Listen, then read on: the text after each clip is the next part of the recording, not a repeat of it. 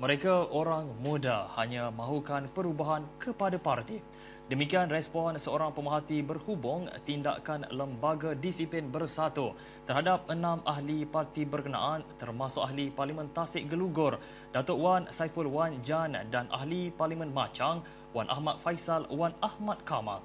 Wan Saiful bersama 4 yang lain dipecat keahlian manakala Wan Ahmad Faisal digantung setahun. Kata pemerhati, pasti niat mereka adalah baik untuk melakukan perubahan kepada parti.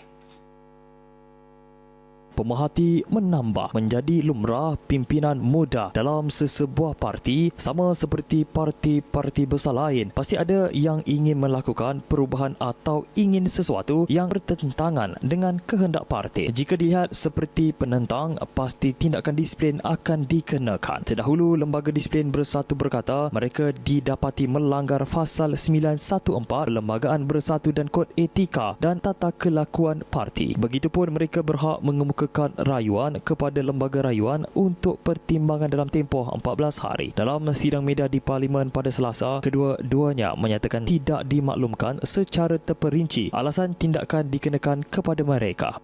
Dalam perjuangan Bersatu, dan Bersatu ini adalah parti yang kami bina, yang kita bina secara bersama dengan ahli-ahli di peringkat akar undi, rakan-rakan ketua-ketua bahagian yang sebegitu ramai yang berkorban macam-macam benda untuk memperkukuhkan parti, membina parti daripada awal.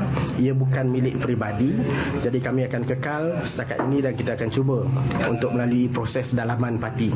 Dan saya nak tekankan bahawa Bersatu dan Perikatan Nasional ini bukan milik mana-mana individu.